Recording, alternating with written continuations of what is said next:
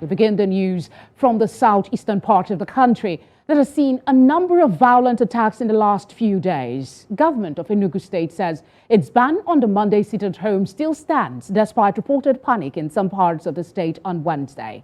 The assurance is coming on a day gunmen invaded a school in the state and flogged students and teachers for daring to come to school.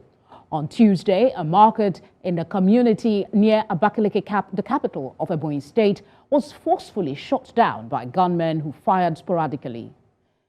This is coming in the week a faction of the proscribed Indigenous People of Biafra, IPOB, declared a 7-day sit-at-home in the 5 southeastern states. We have more in this report. When IPOB first declared the sit-at-home in the entire southeast in 2021 as a protest to the arrest and detention of its leader Nnamdi Kanu, not many people believed a day like this will come. It was meant to hold only on days Mr. Kanu will be taken to court. Then months after, another group within IPOB made it a weekly affair. By this time, the control of the proscribed IPOB has been decentralized, leading to sharp division in views. While the IPOB mainstream wants to keep the sit-at-home at minimal level, another arm loyal to one Simon Ekpa, resident in Finland, now sees it as a tool to demonstrate superiority. Every attempt made by the political leaders in redirecting the thoughts of the people seem to be coming a little too late. Deserted streets and locked-up shops in many cities bear witness to the palpable fear among the people. Those who dare to come out have bitter stories to tell. Publicity Secretary of the PDP in Ebonyi State says government's refusal to release Nnamdi Kanu in obedience to court order is responsible for this renewed violence. I don't see the reason why the federal government will refuse to obey the judgment of the court, that granted Nnamdi Kanu release. And the tension in the southeast is one that is better imagined than experienced. As reasonable as this sounds, the quantity of arms in circulation in the region suggests that the path to peace may require more than just release of Nnamdi Kanu. Of serious concern is the glaring lack of interest of the federal government and security agencies in ending this menace and liberating the helpless people from the choking grip of criminals. But the most interesting part of this whole episode is the sense that is intended to be made by those who are setting their home on fire in order to hurt someone else. A clear case of cutting one's nose to spite the face. Uzonna Ononye, reporting for News Central. We're now joined by security analyst Chidi Omeje to unpack this further. Thank you very much for giving us your time. Since we are back again, is it curious to you that there seemed to be a lull during the elections and festive periods from what many has declared a deliberate sabotage of the Southeast? Well, thank you for having me. What is happening in the Southeast is quite concerning. I think that time has come for the government to take a very close look at what is going down there in the Southeast. Because southeast of Nigeria is part of Nigeria, and the kind of bloodletting, the kind of violence, the kind of atrocities going down there is something that I think that government should take a very close look and see how to address it.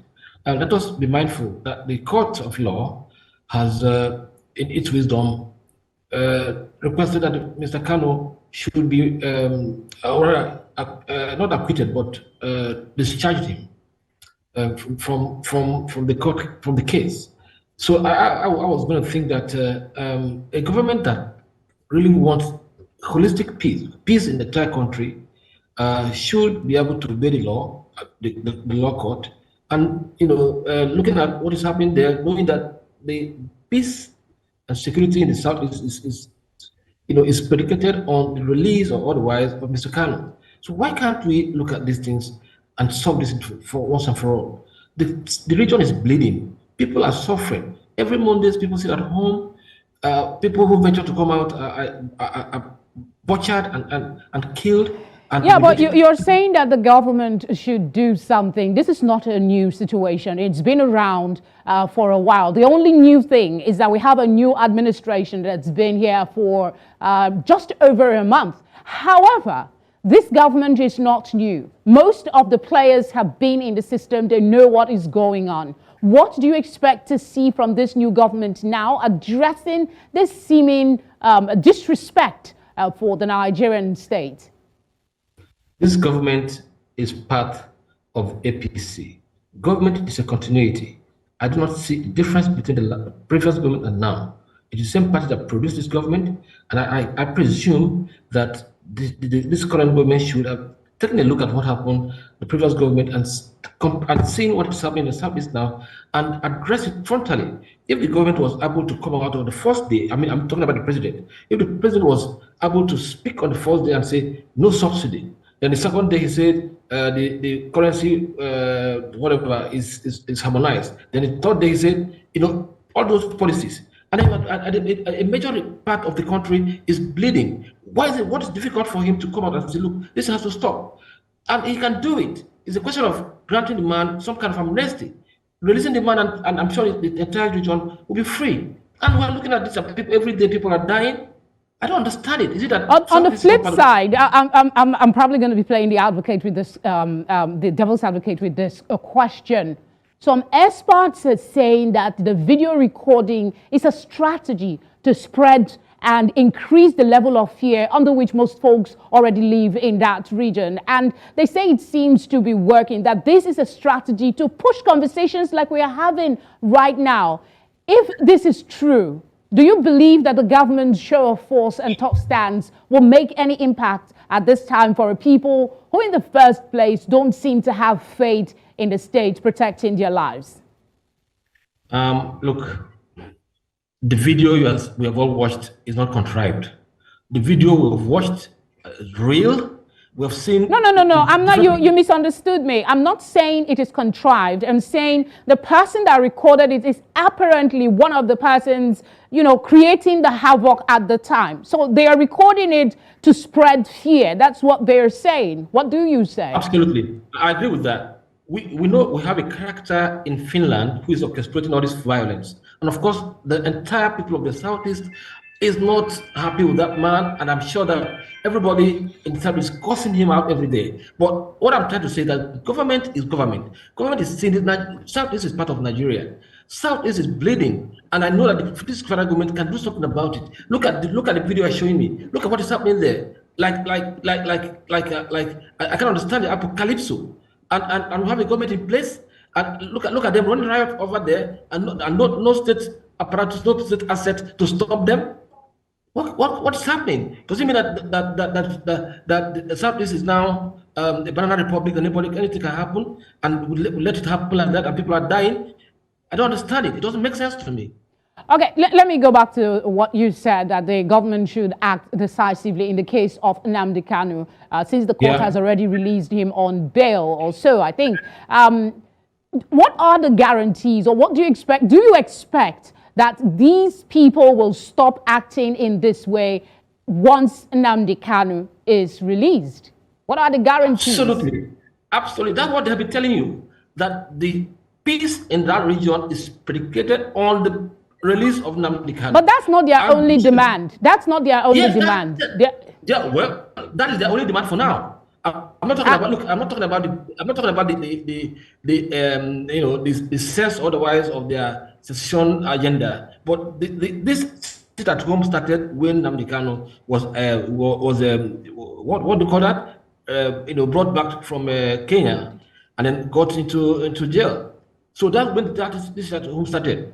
So they have this strong thing about him. They say, look, the courts have discharged him, even though not acquitted, but the courts have discharged him. So people believe that for peace to reign, why not obey the court of law? If Buhari decides not to obey the court of law, why won't this president that everybody is hailing to say, oh, this man comes with action? Why can't quickly, in 40 seconds, if you can just add to this part of the question. These people are already heavily armed. How are they going? Do you believe that if they release this man, they will relinquish this, because a lot of persons is saying it would be difficult because releasing Nnamdi Kanu is just one part of the letter that was released by the faction of Prime Minister. According to him, they also want a Biafran referendum. But that is where the art of statecraft comes in. That is where you bring out your, that ingenuity as a government. Look at what Yar'Adua did. He came out with what he called amnesty, and the Niger letter was calmed down. If you release Nnamdi Kanu today, and this guy, and of course, if once you release them, these guys will not have any reason to do what they're doing. And if they continue to do what they're doing, that means the state is very free to declare all war on them. But for now, they are holding on to the fact that the court of law have discharged the man, and they are keeping him out of malice. So I am saying that this government, I'm not looking at the past government because they have their agenda, but I'm happy that we have a government now who is that is decisive, that can take action. So I expect them to do the needful, so that if they release Nnamdi Kanu today, Nigerians will know, the whole world will see that whoever is orchestrating violence in the Southeast is doing a different thing altogether. It's not all right, I think like you said, I'm afraid you're out of time, sir. But let's be hopeful. There's a new administration. Renewed hope, they say. Thank you very much for speaking with us. I appreciate the opportunity. Thank you.